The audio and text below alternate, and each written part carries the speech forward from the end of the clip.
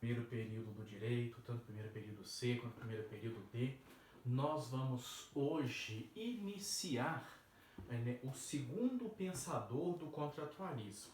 Semana passada nós estávamos analisando o pensamento contratualista de Thomas Hobbes. E hoje o segundo pensador, também inglês, o nosso amigo John Locke. John Locke ele nasceu em 1632, vai falecer em 1704. Há uma primeira diferenciação importante entre o pensamento do Thomas Hobbes e do John Locke, que se dá exatamente assim. O Hobbes ele tem uma frase, e aí vamos recordar da aula passada, das aulas passadas. O Hobbes ele vai dizer: o homem é lobo do próprio homem.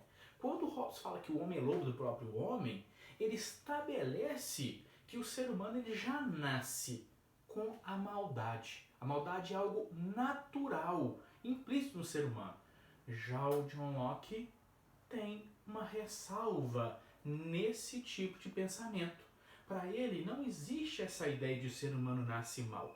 Tanto é que a fala, a frase que fica forte no pensamento do nosso amigo John Locke é que o homem é uma tábua rasa.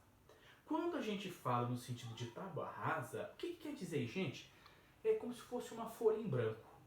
Imaginemos que eu tivesse agora na sala do primeiro C, ou vamos pegar o primeiro D, que é gigantesco, né? Eu pegasse uma folha em branco e eu passasse do primeiro ao último aluno. A folha nisso está branquinha, sem nenhuma ranhura nem nada. E quando ela vai passando pelos mais de 50 alunos, ao final, o último aluno me entrega a folha. Quando que alguém tenha pego aquela folha com alguma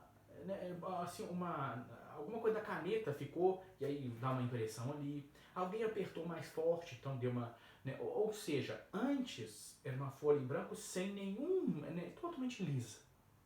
Mas ao passar por toda a sala, as impressões ficam. Assim é o convívio com as pessoas. Quando John Locke fala assim, nós nascemos como folha em branco. Eu vou até pegar a situação atual que nós estamos vivendo. Tem mais ou menos há 2 semanas que o mundo fala muito a respeito, principalmente digamos assim, do racismo, nos Estados Unidos e no mundo afora, e também não é tão distante nosso, porque o racismo no Brasil pode não ser tão evidente quanto lá, mas aqui existe sim o racismo, e o racismo velado, Mas assim, e o racismo? Numa perspectiva do Hobbes, o homem, lobo próprio homem, ou seja, o homem já nasce nesse princípio. O John Locke não, ele vai dizer, peraí, o ser humano não nasceu racista. O ser humano não nasceu homofóbico. O ser humano não nasceu preconceituoso. Se o ser humano não nasceu racista, homofóbico, preconceituoso, aonde é que ele aprendeu a ser? No convívio com as pessoas. Sabe essa folha branca que eu falei que foi passando por todos nós e cada um de nós deixou uma certa impressão? Assim são as pessoas. Ao passar pela vida de cada uma das pessoas, essas deixam marcas indeléveis. Marcas que não se apagam. Algumas marcas são muito positivas. Com certeza cada um de nós tem lembranças muito positivas do convívio com alguém. Mas outros convívios com pessoas deixam também marcas. Só que, digamos assim, essas outras marcas não são não são tão positivas assim. Então, nesse sentido, é que o Hobbes vai dizer essa expressão. Ele vai, inclusive, com essa questão do homem como tábua rasa, ou folha em branco, ele vai combater o inatismo de René Descartes. Porque o René Descartes dizia que algumas ideias já nascem com o ser humano. A ideia de liberdade, de igualdade, a ideia de Deus, de felicidade, de justiça. Isso para o Descartes.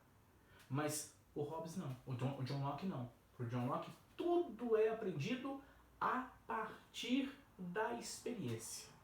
Ele é, por excelência, um empirista. O que é essa questão do empirista? A experiência sensível à minha volta é muito importante. Eu chego próximo de uma fogueira, Eu sinto o calor, meu cérebro capta aquela ideia que de início é simples e faz uma ideia complexa.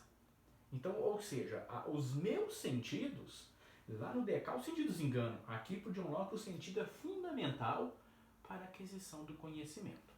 Vamos agora para um tema que é, digamos assim, de uma relevância muito forte, que é a ideia de estado natural. Você fala, professor, mas em Hobbes você não falou de estado natural? Sim, eu falei em Hobbes de estado natural, o John Locke trabalha o estado natural e o Rousseau, que trabalharemos na próxima semana, também fala de estado natural. A gente só vai ver que há algumas pequenas nuances entre o pensamento de um filósofo e de outro filósofo.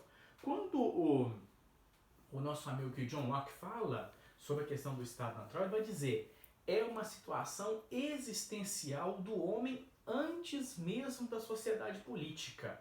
Implica a existência de uma ordem natural. Gente, olha só, palavras importantes que o John Locke vai dizer. Antes de uma sociedade política, ou seja, antes na questão de contrato, da lei, da descrição de tudo, já existia o que, gente? O estado de natureza. E esse estado de natureza, ele é uma ordem natural do ser humano.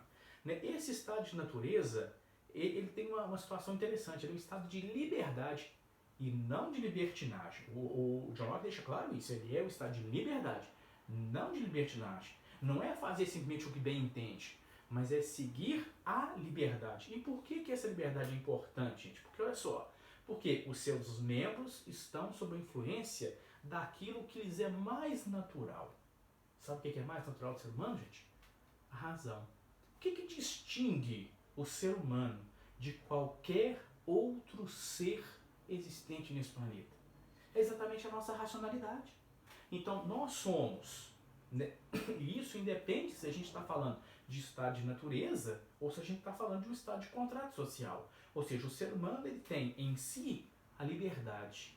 E ele tem consciência dessa liberdade pelo uso da sua racionalidade. Ou seja, sendo co-natural o homem, a razão, né, possui uma característica de lei natural. Né? Ou seja, ela própria se legisla, né? A questão da razão.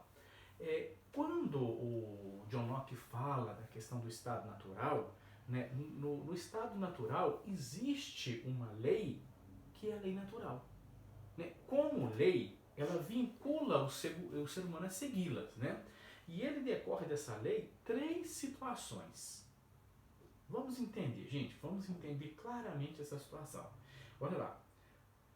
O estado natural do John Locke não é de libertinagem. Por que não é de libertinagem?